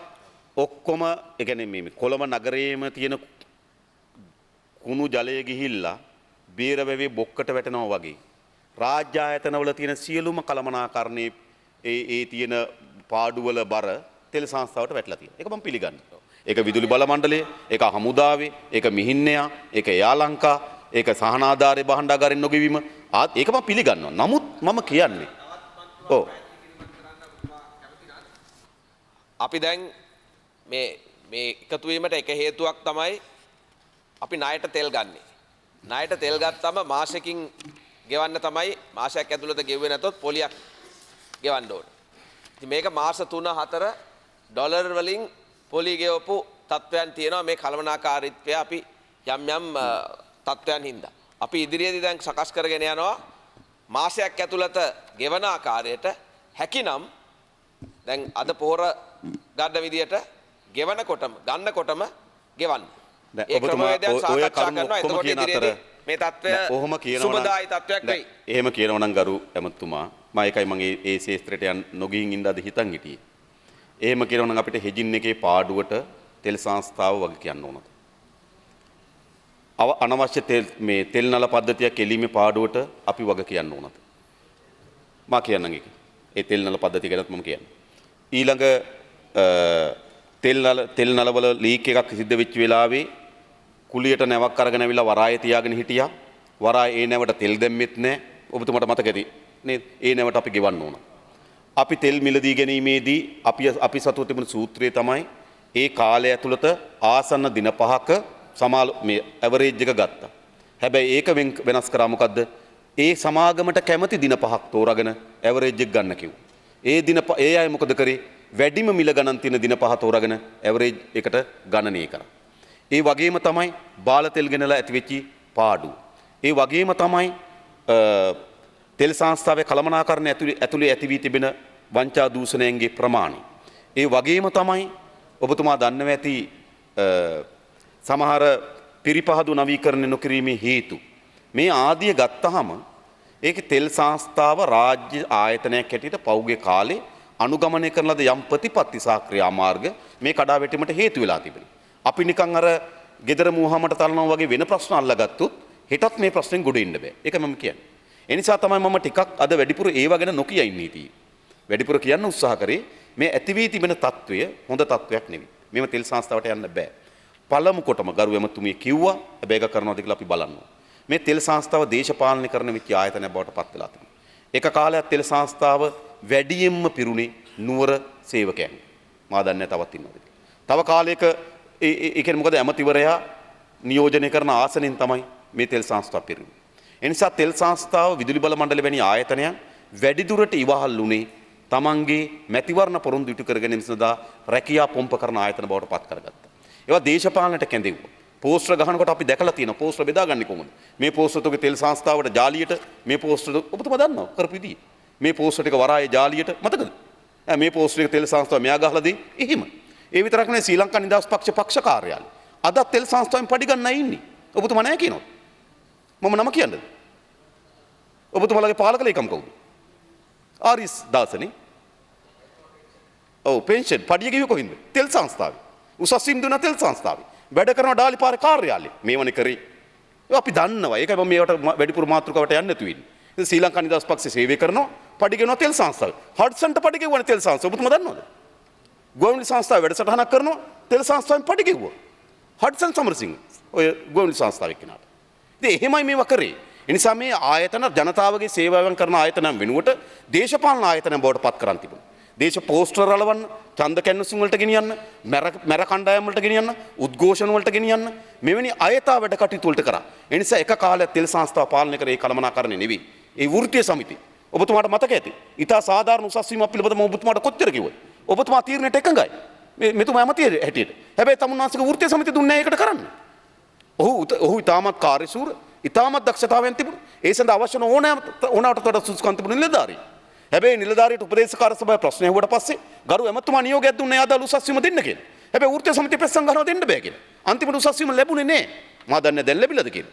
හරිද? ඉතින් උසස් වීම තීරණය කරන්නේ වෘත්තීය සමිතිය ශ්‍රී ලංකා නිදහස් පක්ෂ වෘත්තීය සමිතිය. පොල්ලු අරගෙන ගල් අරගෙන කාර්යාලයට බැලලා චාමන්ගේ කාර්යාලයට පයින්නවා. කළමනාකරණේ කාර්යාලයට පයින්නවා. මෙහෙම කරන්න පුළුවන්ද සංස්ථාවක්? ඒ නිසා මේවා දේශපාලන සාකා සමිතිය බවට පත් වෙලා තිබුණා. ශ්‍රී ලංකා නිදහස් පක්ෂ කොහේ හරි සාකා සමිතියක් වගේ තෙල් සංස්ථාවේ සාකා සමිතිය තෙල් සංස්ථාවේ සාකා සමිතිය බවට පත් වෙලා තිබුණා. ඒ නිසා ඒකෙන් මුදවන්නේ නැත්නම් මේ තෙල් සංස්ථාව ගොඩ ගන්න බෑ. ඒ නිසා ඒවට මේ රටේ ජනතාව වන්දි ගෙවන්න ඕනේ. මම කියන්නේ ඒකයි. අපි මේක රාජ්‍ය සතුව තියාගන්න ඕන කියලා කියන මිනිස්සු. හැබැයි අපිට පෙරලා අහන ප්‍රශ්නේ තමයි රාජ්‍ය සතුව තියාගන්න ඕන කියන්නේ මේ දේශපාලන ගුබ්බයන්ද? ඒ ප්‍රශ්න අපෙන් අහනවා. ඒතර අපිට කියන්නේ නම් විකුණලා දාපල්ලා කියලා. එහෙම කියන්නේ වෙන්නේ. නිසා අපි කියන්නේ මේක රාජ්‍ය සතුව මේ ක්ෂේත්‍රය පවත්වා ගන්න ඕන නම් තෙල් සංස්ථාවට මේ ඇති වී තිබෙන දේශපාලන විනාශය වළක්වා ගත යුතු තිබෙනවා. ඒ වගේම ඉතාමත් හොඳ ප්‍රතිපත්ති තීරණ වලට එන්න ඕනකම තිබෙනවා. මම ඔබතුමාට කියන්නම් සපුගස්කන්ධ පිරිපහදු. මේ පිරිපහදුව තමයි අපිට විශාල ආදායමක් ගැන දුන්නා. ඔබතුමා මතක ඇති මේ තෙල් පිරිපහදුව 1969 ආරම්භ කරාට පස්සේ මේ තෙල් පිරිපහදුවේ යන වියදමෙන් 45% නැවත අපි පිරිපහදු කරන ලද තෙල් ඒ කියන්නේ නැෆ්තා අපනයන කිරීමෙන් උපයාගත්තා. අපි නැෆ්තා පිටරට විකුණා. තෙල් සංස්ථාව පිරිසුදු කරලා නැෆ්තා විකුණලා අපිට ඒකෙන් අපි තෙල් සංස්ථාවේ වියදම් 45% පුරවගෙන තියෙනවා. ඒ විතරක් නෙවෙයි අපිට ලැබුණු ලාභයෙන් තෙල් සංස්ථාව ලාභ ලැබුවා. ලාභයෙන් ජනශක්ති තම්මැන්න මහවැලි නමින් නෞකා 3ක් මිලදී ගත්ත තෙල් සංස්ථාව ඉතිහාසයේ. එම ලාභයක් තිබුණු එකක්. හැබැයි අද මොකද සිද්ධ වෙලා තිබෙන්නේ? අද මේ පිරිපහදුව කඩා වැටෙමින් තිබෙන්නේ. පිරිපහදුව අද ගත්ත දුම්බටේට එක අර මේ මුක්කු ගහලා තමයි දුම්බටේ තියන් ඉන්නේ. මෙහෙම දුම්බටයක් තියෙනවා ලෝකේ කොහෙද තෙල් පිරිපහදුව වල මෙවැනි දුම්බට තියන් ඉන්නේ. තැනින් තැන මුක්කු ගහලා කණු ගහලා දුම්බටේ තියන් ඉන්නවා. මා දන්නේ අද රෑ යනකොට කඩා වැටෙයිද කියලා. එවැනි තත්ත්වයක් මතුවලා තිබෙනවා. එහෙනම් මේ පිරිපහදුව හරිද? නෑ මම කියන්නේ මම ගිය සතියේත් ගිහලා බලලා හොඳයි. හරිද? දැන් මම කියන්නේ ඒ තරම් මොන වුණත් මේක මම කියන්නේ නවීකරණය කළ යුතු තත්ත්වයේ තියෙන එක මම කියන්නේ. හරිද? හරිද? ඒකට මුක්කු ගහලා දුවන්න සිද්ධ වෙලා තිනවා රටේ ජාතික පිරිපහදුවේ මේ දුම්බටය. හරිද? ඒව ගැන තමුන්නාන්ස සැලකිල්ලක් කරන්න. ඒ නිසා මේක ලක්ෂයකින් බැරල් ලක්ෂය දක්වා මේක පිරිපහදු කරන්න පුළුවන් තැනට ගේන්න තමුන්නාන්සලාගේ යෝජනාව තිබුණා. හැබැයි ඒකට 2007 මුල් ගලක් තිබ්බා. ඒකට ඉඩම් අත්පත් කර ගැනීම තුන. කාර්යාලයක් පටන් ගත්තා. මට මතකයි ඉරානයේ ජනාධිපතිවරයා ආපු වෙලාව ගිහිල්ලා මුල් ගලකුත් තිබ්බා. මුල් ගලක් තිබ්බල මේක විවෘත කරනවා කිව්වා. හැබැයි මොකක්ද සිද්ධ වෙලා තිබුණේ? මුකුත් සිද්ධ වෙලා නැහැ. කාර්යාලයක් තියෙනවා, මුදල් වෙන් කරනවා. නමුත් පිරිපහදු එහෙම කඩා වැටෙමින් තිබෙනවා. ඒ නිසා දැන් සමහර තොරතුරු ලැබෙමින් තිබෙනවා. ලක්ෂයක් දක්වා බැරල් පිරිපහදු කරන්න යන එක 70000 දක්වා තමයි නවීකරණය කරන්න හදන්නේ කියලා. ඒ නිසා අවශ්‍යතාවයට 70 එදා ලක්ෂය හදන කොටත් අපි හිතුවේ අනාගත අවශ්‍යතාවයත් එක්ක කල්පනා කරලා ඒ නිසා පිරිපහදු කෙරෙහි තමුන්නාන්සලගේ අවධානය මීට වඩා යොමු කරන්න ඕන. ඊළඟ මම තමුන්නාන්සලටගේ ඉස්සලා අවධානය යොමු කරපු තෙල් ටැංකි පිළිබඳවත් අවධානය යොමු කරන්න. මේ අයවැය ලේඛන ඉදිරිපත් කළ තියෙන යෝජනාවට කිසිසේත්ම තෙල් සංස්ථාව අවසර දෙන්න එපා. මොකද මෙතන ඉඩමේ ප්‍රශ්නයක් තිබෙනවා. මොකද ඉඩම මට මතක විදිහට අයිති වරායට වගේ. තෙල් සංස්ථාවට නේ භූමිය අයිති. ඒ නිසා මේක ඇග්‍රීමන්ට් එකෙන් දෙන්න බෑ. ඒ නිසා මාසිකව තමයි අපි මේ තෙල් ටැංකි ටික ලබා දෙමින් තිබෙන්නේ. ඒ නිසා මේ තෙල් ටැංකි ටික නැවත ඕනනම් ඒ 17 IOC එකට තියාගෙන අඩුම තරමේ 83වත් තෙල් සංස්ථාවට අරගෙන කළමනාකරණය කරන්න තමුන්නාන්සලගෙන් පටන් ගන්න කියලා මම ඉල්ලා ඉන්නේ. ඊළඟ මම ඔබතුමාට කියපු මේ කෙරවල පිටිය බලාගාරයේ දැවිතෙල් ගෙනෙන ඒකකේ. මේ කෙලවර පිටිය බලාගාරේ තිබුණු නල පද්ධතිය වෙනකොට අලුත් නල පද්ධතියක් කෙළුවා. මොකද එතන කෙරවල පිටිය බලාගාරය හැදුනට පස්සේ මුතුරාජවලින්ද. හැබැයි සිද්ධ වෙච්ච දේ තමයි ගල්ලංගුරු බලාගාරය හැදුනට පස්සේ කෙරවල පිටිය බලාගාරේ පාවිච්චිය දැන් අඩු වෙලා තිබෙනවා. ඒතර වුණ දේ තමයි අර නල පද්ධතිය අපිට උපයෝගීතාවයක් නැතුව තිබෙනවා. එතන ඩොලර් මිලියන 70ක් අපි වියදම් කළා. ඩොලර් මිලියන 70ක් වියදම් කරලා අපි නල පද්ධතිය එල්ලලා තිබෙනවා. දැන් එකෙන් ප්‍රයෝජනයක් නැතුව සිද්ධ වෙලා තිබෙනවා. හැබැයි ඒ අතර මොකද වෙලා තියෙන්නේ? මේ පැත්තේ නල පද්ධතිය කඩා වැටෙමින් තිබෙනවා. මේ ඊයේ පෙරේදත් මා දැක්ක ප්‍රවෘත්ති වල ගියා නල පද්ධතිය ලීක් වෙලා ගයක් ගිනි අරගෙන තිබුණා. නේ ගයක් ගිනි අරගෙන තිබුණා. ඒ කියන්නේ කොළොන්නාවේ නල පද්ධතිය විනාශ වෙලා තියද්දී අපි මුතුරාජවල නල පද්ධතියක් කෙලුවා දෙවිතෙල් ගෙනියන්න කියලා කෙරවල පිටියට. හැබැයි සිද්ධ වෙච්ච දේ තමයි ඒ නල පද්ධතිය අද ප්‍රයෝජනයක් ගන්න නැති තත්වයකට පත් වෙලා තිබෙනවා. ඒ නිසා මේවා පිළිබඳ කිසිදු මොකද කෙරවල පිටිය බලාගාරය ආරම්භ කරනකොට අපි දන්නවා නුරච්චොලේ බලාගාරයක් ආරම්භ කරන බව. අපේ විදුලි අවශ්‍යතාවය පිළිබඳ අපිට ඇගීමක් තියෙනවා. කෙරවල පිටිය බලාගාරයෙන් කොච්චර අපි ගණීද කියලා අපිට ඇගීමක් තියෙනවා. හැබැයි එසේ කිසිදු ඒවට ප්‍රතිපත්තියක් තියෙන ඉලක්කයක් තියෙනවා. ඒ කිසිදු ඉලක්කයක් නැතුව මට මතකයි පෞසු අමාත්‍යවරයා ඉන්න වෙලාවෙත් තමයි මෙන්න මේ තෙල් සංස්ථාවේ මේ අලුත් ඔය නල පද්ධතිය ආරම්භ කරන්න මේ තීරණය කරේ. ඒක අද ඒ ඩොලර් මිලියන 70ක් විතර අවසන් වෙලා තිබෙනවා. ඊළඟ විශේෂයෙන්ම ඔබතුමාගේ අවධානය යොමු කරන්න කැමති අර තමුන්නාන්සලා ජනාධිපතිවරණ ප්‍රචාර ඉලක්ක කරගෙන. ඉතින් මේවා හැම ආයතනෙම තියෙනද මම ඉතින් කියන එකේ තේරුම්කුත් නැත් තරමට වෙලා තියෙනවා. ඉතින් මේ ජනාධිපතිවරණ ප්‍රචාරක වලට මේක මුදල් පාවිච්චි කරනවා. ඩොලර් මිලියන රුපියල් මිලියන 250ක් තමුන්නාන්සලා වෙන් කරගෙන තියෙනවා ප්‍රවර්ධන කටයුතු සඳහා. 600ක් ඉල්ලුවා. හැබැයි අධ්‍යක්ෂ මණ්ඩලය මාගා අධ්‍යක්ෂ මණ්ඩලේ පත්‍රිකා තියෙනවා. අධ්‍යක්ෂ මණ්ඩලය අනුමත කරේ ඩොලර් මේ රුපියල් මිලියන 250යි. හැබැයි 250 වියදම් කරපු ආකාරය තිබුණා. මා පන්සල් වල අපි පින්දහම් කරන්න ඕන. හැබැයි අපි පින්දහම් කරනවා අපි උපයා ගන්න ලද මුදල් වලින්. තමන්ගේ ආදායමෙන් පිනක් ලැබුණොත් තමයි ඒක තමන්ට ලැබෙන්නේ. හැබැයි පහුගිය කාලේ පින්දහම් කරලා තියෙනවා. මම පන්සල් වල නම් කියන්නේ නැහැ. ඒ පන්සල් වලට හොඳ නැති නිසා. හැබැයි පන්සල් වලට මුදල් බෙදලා තියෙනකෝ. තෙල් සංස්ථාවේ සල්ලි. තෙල් සංස්ථාවට මොකද්ද මේ ඒකට ආගමික කටයුතු අමාත්‍යාංශයක් තියෙනවා. එහෙනම් භාණ්ඩාගාරෙන් ආගමික කටයුතු අමාත්‍යාංශය සල්ලි දීලා ඒ පුණ්‍ය ආයතන වලට ආගමික කටයුතු අමාත්‍යාංශය වෙන් කරා. හැබැයි තෙල් සංස්ථාව ප්‍රචාර සහ ප්‍රවර්ධන කටයුතු කියලා. ඒ විතරක් නෙවෙයි තමුන්වහන්සේලා දන්නවා සමහර මෝටර් රේස් ඒවට අනුග්‍රහය දැක්වේ තෙල් සංස්ථාවල. මොකද තෙල් සංස්ථාව මේ විකිණෙන්නේ නැතුව බඩු නතර වෙලා තිබ්බද? තරඟයක් තිබ්බද? අපිට තරඟයක් ඇති වෙලා තිබුණේ නැහැ. IOC එකට තියෙන පෙට්‍රල් සෙට් 107යි. මේ 107යි දුන්නේ. දැන් 180 දක්වා වර්ධනය වෙලා තිනවා. වැඩිම තෙල් මේ ඊට වඩා වැඩි ප්‍රමාණයක් තියෙන තෙල් සංස්ථාව සතුව. ඉතින් වෙළඳ පොලේ මේට වඩා ලොකු පංගුවක් IOC එකට අත්පත් කරගන්න බෑ. අර පෞද්ගලික අංශ තෙල් පෙට්‍රල් සෙට් එක මිලදී ගත්තේ නැත්නම්. නිසා මේට වඩා වර්ධනය වෙන්න බෑ. ඉතින් තෙල් වෙළඳ පොලේ ලොකු තරඟයක් නැහැ. සමාගම් දෙකයි ඉන්නේ IOC තා CPC. හැබැයි CPC එක මොකද කරන්නේ? තමන්ගේ තෙල් විකිණීම සඳහා ප්‍රවර්ධන වැඩ කටයුතු හදනවා. මන් දන්නේ තෙල් විකුණන ප්‍රචාරක වැඩ කටයුතු කරන්නේ කොහොමද? ෂෙඩ් එක තියෙනවා, කාර් එක තියෙනවා, මිනිස්සුන්ට තෙල් නැති වෙන ළඟ ෂෙඩ් එකෙන් ගහ ගන්නවා. ඔයිට වඩා මොකද ඔකට තියෙන ප්‍රචාරක වැඩ කටයුත්ත? ඔබතුමා කියන්න මට කියන්නකෝ. ඉතින් ඒවට ප්‍රවර්ධන ප්‍රචාරක කටයුතු කළා මුලියන 250ක් වෙන් කරා. ඒවා වෙන් කරේ මොනවද? කොළඹ මෝටර් රේස් එකට තමුන්නාන්සලා වෙන් කරා. නේද? මාගාව තියෙනවා මේ විස්තර ටික ගත්තොත් නේද? මේක මේ ෆොක්සිල් මෝටර් රේස් වලට, ගජබා සුපර් ක්‍රෝස් වලට, කොළඹ නයිට් රේස් වලට තමුන්නාන්සලා සල්ලි දුන්නා මේවල. කොළඹ නයිට් රේස් පැත්තේ තෙල් සංස්ථාවේ සල්ලි වලින් රුපියල් මිලියන 5ක් දුන්නා කොළඹ නයිට් රේස් එකට. ඊට පස්සේ ෆොක්සිල් රේස් වලට දුන්නා එතර දුන්නා ලක්ෂ 50ක්. ඊට අමතරව ගජබා සුපර් ක්‍රෝස් වලට දුන්නා ලක්ෂ 50ක්. මේවද මේ තෙල් සංස්ථාව මේ ජනතාවගේ සල්ලි වලින් රේස් පදින්නද තිබුණේ? පන්සල් වලට බෙදෙනවා. පුණ්‍ය ආයතන වලට බෙදනවා. ඒවට වෙන ආයතන තියෙයි. පිනක් දහමක් කරගන්න ඕන තමන්ගේ දේපල වලින් කරගන්න. මේ තෙල් සංස්ථාවේ දේපල වලින් ජනතාවට බදු ගහලා ජනතාවට බරපතවල එකතු කරගන්න දේපල වලින් ගිහිල්ලා පින් දහම් කරනවා. මොකද්ද මේ පින? ඒක බුද්ධ ධර්මයට අනුකූල නේ.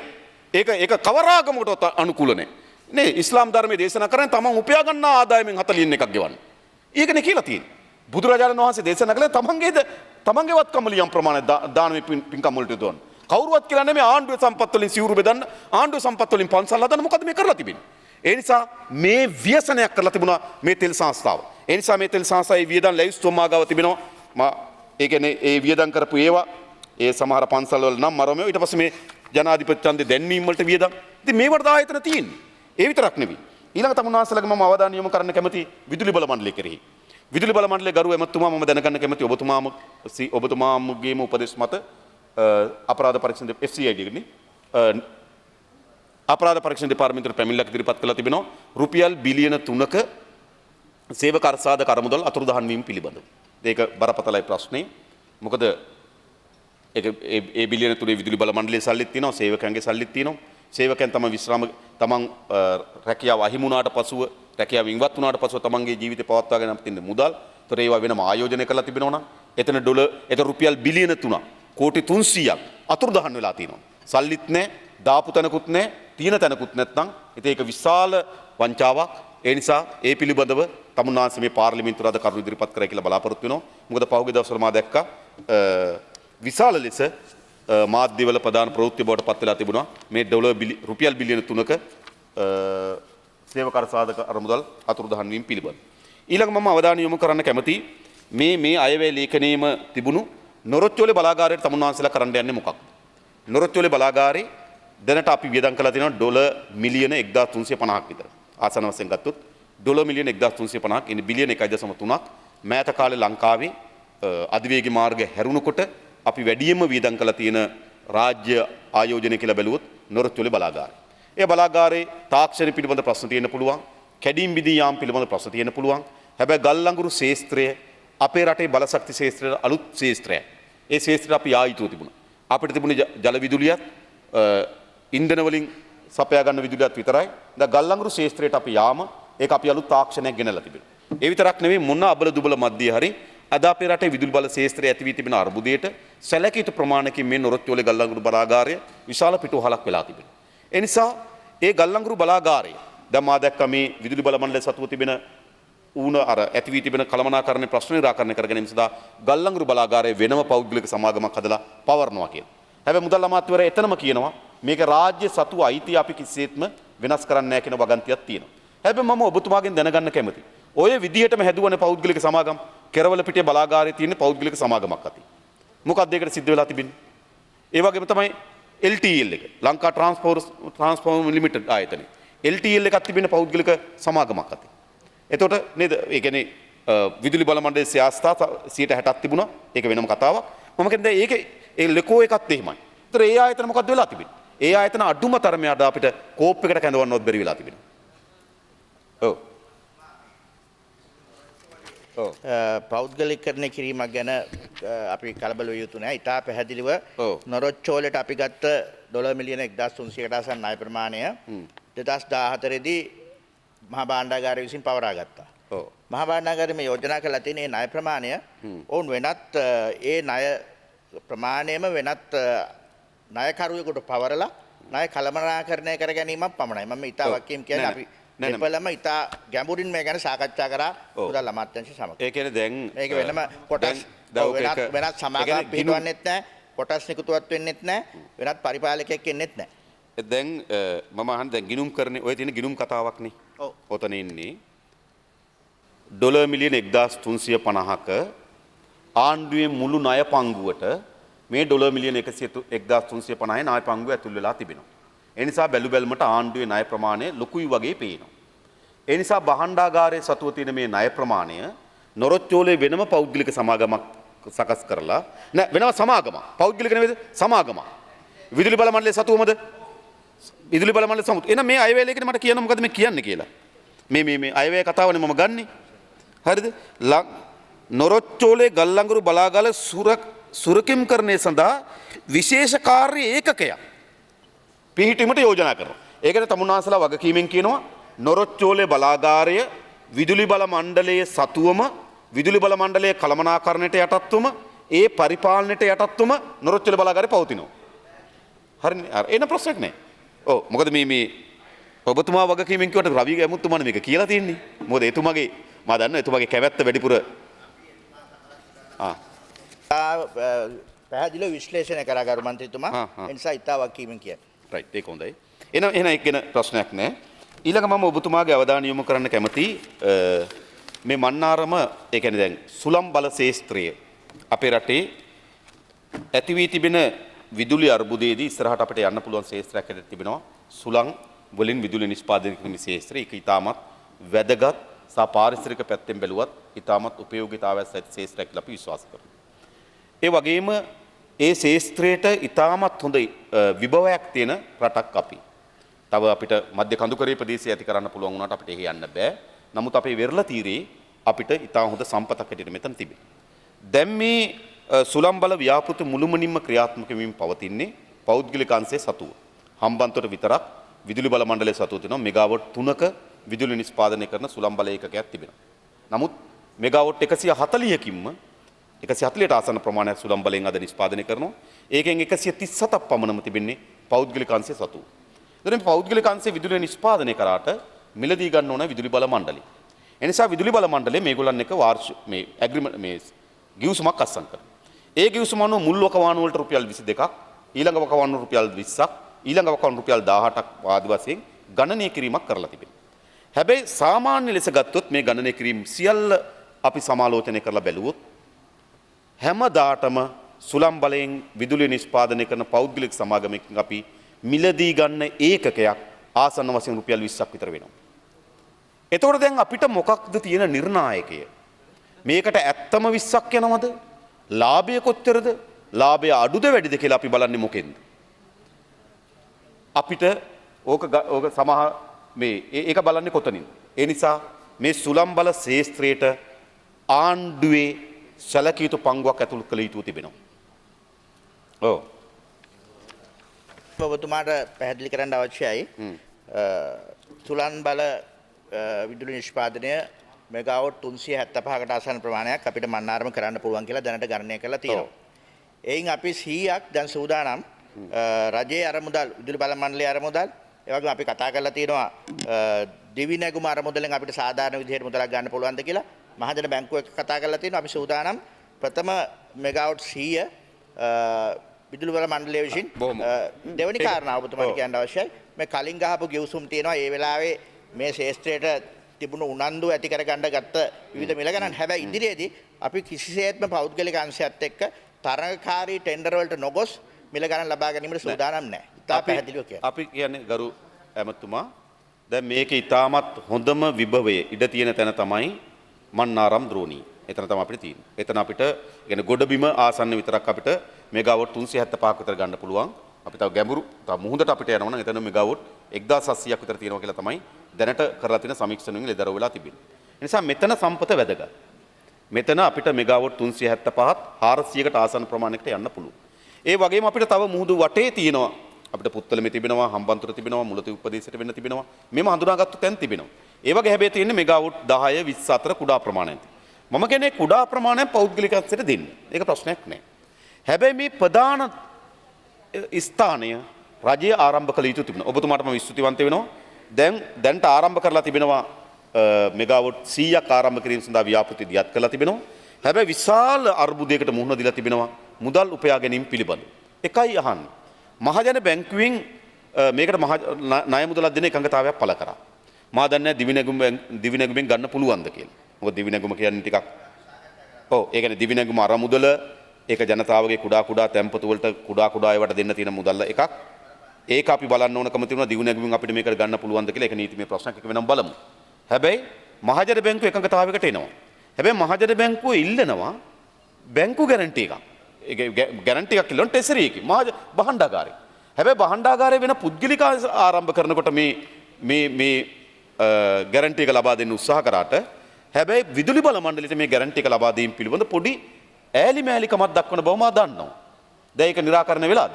මේ කරුණු දෙකම සාකච්ඡා කරන්න යනවා ගරු මන්ත්‍රීතුමනි. මේ අපේ දිවිනගු මාර මුදලෙත් විශාල මුදලක් තියෙනවා. උන්ට ඉතාම සුරක්ෂිත ආයෝජනයක් හැටියට ඔවුන් දැනට දෙන පොලි අනුපාතයට වඩා ඉහළ පොලි අනුපාතයෙන් අපි ගන්න සූදානම්. අමාත්‍යවරයා සමග සාකච්ඡාවක් පැවැත්තුවා. අපි ඉදිරියේදී කැබිනට් පත්‍රිකාවක් යොදලා ඒක මම හිතන්නේ අපිට මහජන බැංකුවට ඉස්සලා මේ ක්‍රියාත්මක කරගන්න පුළුවන් වේවි කියලා. ඒ කියන්නේ අපිට ඔබතුමාට සහතිකයක් තිබුණා මුදල් සපයා ගැනීමේ මාර්ග ටික සම්පූර්ණ කරගන්න පුළුවන්. එක්ක දිවිනැගුමෙන් වෙන්න පුළුවන්, එක්ක මහජන බැංකුවෙන් වෙන්න පුළුවන්. මම හිතන්නේ අපිට ජාත්‍යන්තර මූල්‍ය ආයතන වලින් ලබා ගන්න ගියොත් මේකට කාලය ගත වෙනවා වැඩි කියලා මම හිතනවා ආසියානු සංවර්ධන බැංකුවට වගේ අපි ගියොත් සමහර ලෝක බැංකුවේ යම් ව්‍යාප්තියක් තියෙනවා කියලා තොරතුරු තිබෙනවා. නමුත් ඒවට අපේ කාලයයි. ඒක අපිට පුළුවන් ඉතුරු ටිකට යන්න. හැබැයි මේ මෙගාවොට් 3 ආරම්භක 100 දැන්ට එතන පාරවල් හදන ඒවා යටිතල පාසුකම් ඒවා කරනවා ටික තියෙනවා. හැබැයි මේ ආරම්භක 100 සඳහා මුදල් ප්‍රතිපාදන සකස් කර ගැනීම සඳහා ඔබතුමා සහතිකයක් දෙනවා නම් මහජන බැංකුවෙන් හෝ දිවිනැගිලි මරමුදලින් හොයාගෙන මේක රජයේ සතුව මේ මෙගාවොට් 300 බලාගාරයේ ආරම්භ කරන්න විතරක් නෙවෙයි එතන ඉතුරු වර්ධනය කිරීම ඉතුරු අධීරයන් දෙක තුනක් මම හිතන විදුලි බල මණ්ඩලයේ සතුවම කරන්න කියන ඉල්ලීම තමයි අපේ තිබෙන්නේ. මොකද මේ ශේස්ත්‍රයේ කුඩා ඒක මොකද දන්නවද මේ පද්ධතිය විශාල පද්ධතිය කළමනාකරණය කරගන්නත් බෑ. මේ 10 5 3 4 හදපුවාම පද්ධතිය කළමනාකරණය කරගන්නත් අතිරේක වේදමක් දරන්න සිද්ධ වෙලා තිබෙනවා. මොකද ඉස්සර අපිට තිබුණේ ප්‍රභවයන් කීපයක්. ඒ ප්‍රභවයන් කීපයෙන් අපිට එනකොට පද්ධතිය කළමනාකරණය කරගන්න ලේසි. තව තැනකින් 10ක් දානවා, තව තැනකින් 8ක් දානවා, වතුර තියනවද දන්නේ නැහැ, මැෂින් එක කැඩලත් දන්නේ නැහැ, එතන වැඩ කරනවද දන්නේ නැහැ. මේ ප්‍රශ්න ගොඩක් තියෙනවා. කුඩා ඒවා එන එක හොඳයි. හැබැයි පද්ධතිය කළමනාකරණය කර ගැනීම සඳහා අලුතෙන් එකක් ගේන්න හදනවා කියලා විනාඩිය ගන්න. විදුලි ජනන සැලැස්මක් ගරු නියෝජ්‍ය ඇමතිතුමා ප්‍රධානත්වයෙන් කමිටුවක් පත් කරලා 2030 වෙනිතුරු විදුලි ජනන සැලැස්ම සකස් කරලා අද උදේ වරුව මේකේ අවසාන සාකච්ඡාව පැවතුණා. තව මාස කිහිපයකින් මේ ගරු සභාවට ඉදිරිපත් කරන මේ රටේ 2030 වෙනකල් විදුලි ජනන සැලැස්ම සවිස්තරාත්මකව පෞද්ගලික අංශයට කොච්චරක් තියෙනවද අපි මොන ක්‍රමවේදයන්ද ගන්න කියලා. බොහොම ස්තුතියි ඇමතිතුමා. එතකොට මට ප්‍රධාන වශයෙන්ම තිබුණේ නොරොච්චුල බලාගාරයේ සුලන් එකත්. ඊළඟ ඔබතුමාගෙන් මම දැනගන්න කැමතියි මේ දැන් මේ LTL ආයතනයට මොකද්ද වෙමින් තියෙන්නේ? ඒකේ අපි ආරම්භ කරනකොට ඒ කියන්නේ වර්ෂ 1980 ජූලි මාස 4 වෙනිදා PVS 66 73 යටතේ සංස්ථාගත කරන ලද දැනට සීමා සහිත LTL හෝල්ඩින්ග් සමාගම යනුවෙන් PV 25 88 යටතේ ලියාපදිංචි කර ඇති සීමා සහිත ලංකා ට්‍රාන්ස්ෆෝමර් සමාගම. ඒ පරිපාත සමාගම් වන සීමා සහිත LTL ESOT සමාගම සීමා සහිත LTL ප්‍රොජෙක්ට්ස් පුද්ගලික සමාගම හා ඒ සම්බන්ධ අනිකුත් පරිපාලන සමාගම් සම්බන්ධයෙන් මේ ප්‍රශ්නයක් තිබෙනවා. මොකද මෙතන විශාල ව්‍යවුලක් මතුවලා තිබෙනවා. මේ ආයතනය ආරම්භ කරේ කොහොමද? දැන් අයිතිය පවතින්නේ කොහොමද? සේවකයන් අත කොටස් අයිතිය තියෙනවා කියනවා. හැබැයි සේවකයන්ගේ අයිතියක් නැතුව තියෙනවද වෙනි විශාල අවුලක් මේ කම්පැනි පිහිටවීම ඇතුලේ කම්පැනි පහුගිය කාලේ ඇතිවෙච්ච ක්‍රියාකාරීත්වය ඇතුලේ ඇති වී තිබෙනවා. ඒ නිසා දැනගන්න කැමති තමුන්වහන්සේලා මේ LTL ආයතනය පිළිබඳ අභ්‍යන්තර විගණනයක් හෝ කරලා මේකේ ඇත්ත අයිතිය, ඇත්ත කොටස් ප්‍රමාණය, සේවකයන්ට කොච්චර කොටස් තියෙනවද, ලාභය බෙදලා තිබෙනවද, ලාභය බෙදෙන්නේ කොහොමද ආදී කරුණු පිළිබඳව තමුන්වහන්සේලා අභ්‍යන්තර විගණනයක් කරලා මේ පාර්ලිමේන්තුවට වාර්තාවක් ඉදිරිපත් කරාවි කියලා මම බලාපොරොත්තු වෙනවා. මොකද මේක විශාල ඒ කියන්නේ ඒකේ වැඩ කරන අයටවත් තේරෙන්නේ මේක දැන් කොහොමද තියෙන්නේ කියලා. ඒගොල්ලෝ මොකේ සේවකයෝද කියනවත් දන්නේ නැතරමට අවුල්කාරී තත්ත්වයක් මේ LTL ආයතන තුල මතුවලා තිබෙනවා. ඒ නිසා ඔබතුමාගෙන් මම ඉල්ලා සිටිනවා මේ LTL ආයතනයේ මේ ඇති වී තිබෙන කළමනාකරණ ගැටලු පිළිබඳව අවධානය යොමු කරලා සේවකයන්ටත් විශේෂයෙන්ම අපිටත් මේක කෝප් එකට ගේන්න පුළුවන්ද? මේක කෝප් එකට ගේන්න බැරි ආයතන මොනවද? කෝප් එකට ගේන්න පුළුවන් ආයතන මොනවද කියලා දැනගන්න ඕනකම තිබෙනවා. මොකද විදුලි බල මණ්ඩලයේ කොටස් තියෙනවා කිව්වා. ඒ නිසා මේකේ ඇති වී තිබෙන මේ ව්‍යවුල්කාරී තත්ත්වය සැලකිත ප්‍රමාණයකට සමනය කරලා දෙන්න ඔබතුමා මේ පාර්ලිමේන්තුවට ඒ තත්ත්වය පිළිබඳ යම් විස්තරයක් ඉදිරිපත් කරાવી කියලා අපි බලාපොරොත්තු වෙනවා. ඊළඟ ඔබතුමාගේ අවධානය යොමු කරන්න කැමති තියෙන්නේ තෙල් සංස්ථාවේ වගේම සැලකිත ප්‍රමාණයක දේශපාලනීකරණ ලක් වෙච්ච ආයතන බවට විදුලි බල මණ්ඩලය පත් වෙලා තිබෙනවා. පත් කිරීම වලදී බඳවා ගැනීම වලදී මා දන්නවා සමහර කාලයක බඳවා ගැනීම ගත්තේ පන්සල් වලින්. පන්සල් වල ලිපි වලින් පන්සල් වල නායක හාමුදුරුවන්ගේ මා දන්නේ මේ පන්සල් වලට මේකේ සම්බන්ධය මොකද්ද කියලා. ඒ පන්සල් වල නායක හාමුදුරුවන්ගේ ලිපි වලින් තමයි සමහර නිලධාරීන් බදවගන්නේ. සමහර පක්ෂවල මුළු මධ්‍යම කාරක සභාවම මුළු පක්ෂෙම උපදේශකයෝ සම්බන්ධීකරණ ලේකම්වරු විදුලි බල මණ්ඩලය. ඔබතුමා දන්නවා. මුළු පක්ෂයක්ම නඩත්තු කරන්න ඕන විදුලි බල මණ්ඩලය. ඒ නිසා පෞගේ කාලයක් පුරා අපි දැක්කා තෙල් සංස්ථාව වගේම සැලකිය ප්‍රමාණයකින් විදුලි බල මණ්ඩලයක් දේශපාලනීකරණයට ලක් වෙලා තිබුණා. ඒකෙන් පාඩුව අපිට ප්‍රශ්නයක් නැහැ. ඒක වෙන කුඩා ව්‍යාපෘතියක් නම් මේක ජනතාවගේ ජීවිතයත් එක්ක ඉතාමත් බැඳිච්චි ව්‍යාපෘතියක්. ඒ නිසා තමුන්වහන්සේලා ඒ කෙරෙහි අවධානය යොමු කරනවා. ඒ වගේම දැන් මේ විදුලි බිල සකස් කිරීම සහ ඒ විදුලි බිල හඳුන්වා දීපු ක්‍රමවේදයන් ගත්තාම සාධාරණ නැහැ කියලා අපි හිතනවා. ඒ කියන්නේ ඉස්සර 30 60 90 වගේ ඒකකයන් හොඳයි සාමාන්‍ය පරිභෝජන අවශ්‍යතාවයක් තිබුණු යුගයකදී. කුඩා බල්බ් එකක් දාලා එහෙම නැත්නම් අයන් එකක් විතරක් පාවිච්චි කරපු ටීවී එකක් විතරක් තිබුණු පරිභෝජන රටාවක් අපේ තිබුණා. හැබැයි අපේ දැන් පරිභෝජන රටාව වෙනස් වෙලා තිබෙනවා. දැන් අපි ගත්තොත් විදුලිය වඩාත් වැඩියෙන් උපයෝගී වෙන පරිභෝජන රටාවක් බවට පත් වෙලා තිබෙනවා. හැබැයි අපි මේ පරිභෝජන රටාවට අනුරූපී වන පරිදි මේ ඒකක තාමුන්නාන්සලා තාමත් ගලපලා නැහැ. මේ අවුරුදු ගණනාවකට පෙර තියෙන ඒකක 30, ඒකක 60, ඒකක 90 කියන ඒකකයම තමයි තමුන්නාන්සලා පාවිච්චි කරන්නේ. අපි යෝජනා කරනවා මේ ඒකක 30 කියන එක. දැන් 30 කියන ඒවා මොකද්ද කරන්න පුළුවන්? ඊට වඩා මේ ඒකකවල 50, 100, 150 වගේ අවස්ථා තුනකටවත් ගෙනිච්චොත් තමයි මේක ජනතාවට වඩාත් හොඳ. මොකද මිනිස්සුන්ගේ පරිභෝජන රටාව වෙනස් වෙනකොට මම හිතනවා විදුලි බල මණ්ඩලයක් තමන්ගේ මිල ගණනය කිරීමේ ක්‍රමවේදෙත් ඒ වෙනසක් කළ යුතුව තිබෙනවා. එක් කාලයකදී අපේ පරිභෝජන රටාව තිබුණේ. ඔව්. එක් කාලයක අපේ තිබුණු පරිභෝජන රටාව ඉතා කුඩා එකක් නම් ඒකට ගැලපෙන්න අපි විදුලි ඒකකයන් සීමාවන් කැඩුවා නම් දැන් අපේ වෙනස් වෙලා තියෙනවා. ඒ වෙනස් වීමට අනුරූපී වන පරිදි මේ සීමාව වෙන් කරන්න කියලා තමුන්නාන්සේගේ යෝජනා කරනවා. අඩුම තරමේ 50, 100, 150 කියන නිර්ණායකයන් මත ගියොත් යම් සාධාරණයක් ඉටු වෙනවා ජනතාවට. එහෙම නැතුව 30, 60, 90 කියන එක ඒ තරම් සාධාරණ බෙදීමක් නෙවෙයි. ඊට වඩා වෙනස් බෙදීමක් ගැන තමුන්නාන්සේලා අවධානය යොමු කරන්න කියලා බලාපොරොත්තු වෙනවා. ඒ වගේම දැන් මේ ඉලෙක්ට්‍රික් කාර් වල ප්‍රශ්නේ ඒක එතුමා බද්දක් ගහලා ඒක බාධා කරන්න උත්සාහ කළා තිබුණා. මම කියන විදුලි බල මණ්ඩලයට මෙහෙම ප්‍රශ්නයක් තියෙනවද කියලා මම දැනගන්න කැමතියි. මොකද විදුලි බල මණ්ඩලයේ පනත අනුව විදුලිය විකුණන්න පුළුවන් විදුලි බල මණ්ඩලයට විතරයි. කවුරු හැදුවත් විකුණන්න පුළුවන් විදුලි බල මණ්ඩලයට විතරයි. ඒ නිසා මේ ඉලෙක්ට්‍රික් කාර් charge කරන මධ්‍යස්ථාන ගොඩනැගීමේදී සැලකිත ප්‍රමාණයට මේ නීතිමය බාධාව තියෙනවා කියලා කතා බහක් තියෙනවා. මම දන්නේ නැහැ. ඒ කියන්නේ විදුලිය විකුණන්න පුළුවන්කම තිබෙන විදුලි බල මණ්ඩලය නිසා විතරක් මේවා ගොඩනැගීමේදී යම් නීතිය සංශෝධනයක් අවශ්‍ය නැද්ද?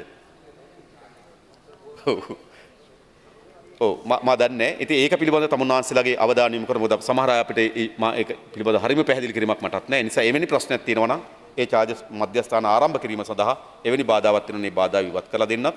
ඒ වගේම තමුන්නාන්සේගෙන් යෝජනා කරනවා මෙන්න මේ ඉලෙක්ට්‍රික් කාර් charge කරන මධ්‍යස්ථානවලට විශේෂ ඒක ක්‍රමයක් හඳුන්වා දෙන්න කියලා. අපිට තියෙනවා නිවාස තියෙනවා, වෙළඳ ව්‍යාපාර තියෙනවා, කර්මාන්ත වගේම මේක විශේෂ ඒකකයක් ලෙස ඒකට නව විදුලි බිල ගණනය කිරීමේ ක්‍රමවේදයක් හඳුන්වා දෙන්න ඕන. මොකද අප විශ්වාස කරන අපේ රටේ ප්‍රචලිත කරන්න ඕන වාහනේ ඉලෙක්ට්‍රික් කාර් එක කියලා. ඒක ජනාධිපතිතුමත් එකඟ වෙවි, පරිසර අමාත්‍යතුමත් එකඟ වෙවි, පරිසරය පිළිබඳ කල්පනා කරන අයත් එකඟ වෙවි. සාමාන්‍ය පරිභෝජන ජනතාවත් මේකට එකඟ වෙනවා. ඔව් ඒ තාක්ෂණයක් දියුණු. ඒ නිසා දැන් වෙලා තියෙන දේ තමයි ඒකේ තියෙන සීමාව. කිලෝමීටර් 140ක් 150ක් වගේ දුවනකොට ගෙදරක තියෙන සාමාන්‍ය ලයින් එකකින් charge කරගන්න පැය පහමාරක් විතර යනවා. ඒතර කොහොමද ඒක වාහනයක් පාවිච්චි කරන්නේ? මධ්‍යස්ථානයක් දැම්මොත් ඒගොල්ලෝ කියන විනාඩි 20න් විතර පුළුවන් කියලා හයි charge එකක් දෙන්න. ඉතින් එවැනි ආකාරයට අවශ්‍ය ඉඩකඩ තමුන්වහන්සේ අදලා දෙන්න. ඒ වගේම ඉතින් අපි මුදල් අමාත්‍යතුමාට කියන්නේ නැවතත් කියන්නේ මේ ඉලෙක්ට්‍රික් කාර් වලට කියන බද්ද අයින් කරන්න. ඒක මහ විකාර බද්දක්. මන් දන්නේ එහෙම මොකද්ද එම විකාර සිතුවිලි එන්නේ මොන වගේ මිනිස්සුන්ද කියලා හිතා ගන්න බෑ. ඒ වගේ සිතුවිලි එන්නේ. හරිද? ඉතින් ඒක ප්‍රධාන බාධාවක් බවට පත් වෙලා තිබෙනවා. නමුත් විදුලි බල මණ්ඩලයේ ශේෂ්ත්‍රය ඒක අපි මුදල් අමාත්‍යතුමාත් එක්ක කතා කරගෙන අතර විදුලි බල මණ්ඩලය පැත්තෙන් ඇති වෙලා තිබෙන මේකට අවහිරතාවයන් තිබෙනවා නම් මේ ඉලෙක්ට්‍රික් කාර් එක ප්‍රචලිත වීම සඳහා ඒ බාධාවන් ඉවත් කළ දෙන්න අලුත් ගණනය ක්‍රමවේදයක් හඳුන්වා දෙන්න charges කිරීම සඳහා ඒ නීතිමය බාධාවන් තිබෙනවා නම් ඒ අවස්ථාව මගහරලා දෙන්න කියලා ඉල්ලා සිටිමින් මම නතර වෙනවා. බොහොම ස්තුතියි ගරු එමෙතුමනි. ස්තුතියි.